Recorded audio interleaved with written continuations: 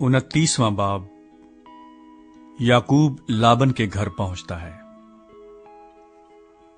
और याकूब आगे चलकर मशरकी लोगों के मुल्क में पहुंचा, और उसने देखा कि मैदान में एक कुआं है, और कुएं के नजदीक भेड़ बकरियों के 3 रेवड़ बैठे हैं, क्योंकि चरवाहे इसी कुएं से रेवड़ों को पानी पिलाते थे, और कुएं के मुंह पर एक बड़ा पत्थर धरा रहता था।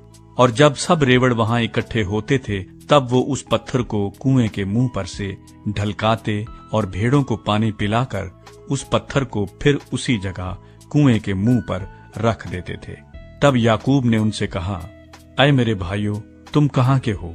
उन्होंने कहा, हम हारान के हैं। फिर उसने पूछा कि तुम नहूर के बेटे लाबन से वाकिफ हो?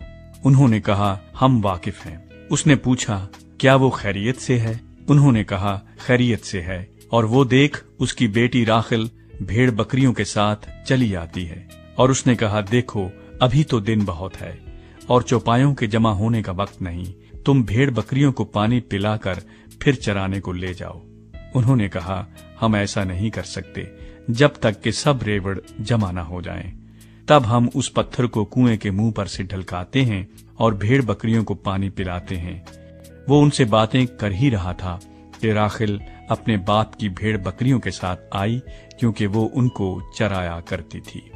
जब याकूब ने अपने मामू लाबन की बेटी राखिल को और अपने मामू लाबन के रेवड़ को देखा, तो वो नजदीक गया और पत्थर को कुएं के मुंह पर से ढलकाकर अपने मामू लाबन के रेवड़ को पानी पिलाया। और याकूब ने राखिल को चूमा और चिल्ला चिल्ला कर रोया। और याकूब ने राखिल से कहा कि मैं तेरे बाप का रिश्तेदार और रिबका का बेटा हूं। तब उसने दौड़कर अपने बाप को खबर दी। लाबन अपने भांजे की खबर पाते ही उससे मिलने को दौड़ा और उसको गले लगाया और चूमा और उसे अपने घर लाया। तब उसने लाबन को अपना सारा हाल बताया। लाबन ने उसे कहा कि तू वाकई मेरी हड्डी और मेरा गोश्त है। सो वो 1 महीना उसके साथ रहा। याकूब राखिल और लिया की खातिर लाबन की खिदमत करता है। तब लाबन ने याकूब से कहा, चूंकि तू मेरा रिश्तेदार है, तो क्या इसलिए लाजिम है कि तू मेरी खिदमत मुफ्त करे? सो मुझे बता कि तेरी उजरत क्या होगी। और लाबन की 2 बेटियां थी, बड़ी का नाम लिया और छोटी का नाम राखिल था। लिया की आंखें चुंदी थी, पर राखिल हसीन और खूबसूरत थी। और याकूब राखिल पर फरेफ्ता था। सो उसने कहा कि तेरी छोटी बेटी राखिल की खातिर मैं 7 बरस तेरी खिदमत कर दूंगा। लाबन ने कहा, उसे गैर आदमी को देने की जगह तो तुझी को देना बेहतर है, तू मेरे पास रहे। चुनाचे याकूब 7 बरस तक राखिल की खातिर खिदमत करता रहा, पर वो उसे राखिल की मोहब्बत के सबब से चंद दिनों के बराबर मालूम हुए। और याकूब ने लाबन से कहा कि मेरी मुद्दत पूरी हो गई, सो मेरी बीवी मुझे दे ताकि मैं उसके पास जाऊं। तब लाबन ने उस जगह के सब लोगों को बुलाकर जमा किया और उनकी ज़ियाफत की। और जब शाम हुई तो अपनी बेटी लिया को उसके पास ले आया, और याकूब उससे हम आगोश हुआ। और लाबन ने अपनी लौंडी जिल्फा अपनी बेटी लिया के साथ कर दी कि उसकी लौंडी हो। जब सुबह को मालूम हुआ कि ये तो लिया है, तब उसने लाबन से कहा कि तूने मुझसे ये क्या किया? क्या मैंने जो तेरी खिदमत की वो राखिल की खातिर न थी? फिर तूने क्यों मुझे धोखा दिया? लाबन ने कहा, हमारे मुल्क में ये दस्तूर नहीं कि पहलौठी से पहले छोटी को ब्याह दे।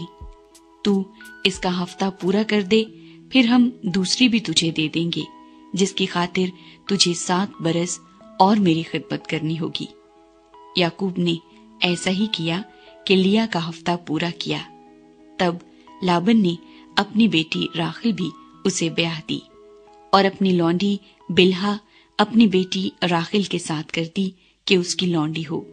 सो वो राखिल से भी हम आगोश हुआ, और वो लिया से ज्यादा राखिल को चाहता था। और 7 बरस और साथ रहकर लाबन की खिदमत की। याकूब के बच्चे। اور جب خداوند نے دیکھا کہ لیا سے نفرت کی گئی تو اس نے اس کا رحم کھولا، مگر راخل بانجھ رہی، اور لیا حاملہ ہوئی اور اس کے بیٹا ہوا، اور اس نے اس کا نام روبن رکھا، کیونکہ اس نے کہا کہ خداوند نے میرا دکھ دیکھ لیا، سو میرا شوہر اب مجھے پیار کرے گا۔ وہ پھر حاملہ ہوئی اور اس کے بیٹا ہوا، تب اس نے کہا کہ خداوند نے سنا کہ مجھ سے نفرت کی گئی، اس لیے اس نے مجھے یہ بھی بخشا، سو اس نے اس کا نام شمعون رکھا۔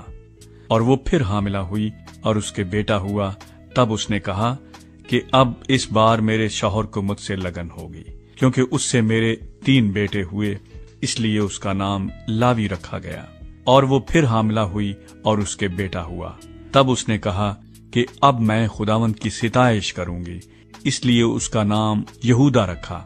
پھر اس کے اولاد ہونے میں توقف ہوا۔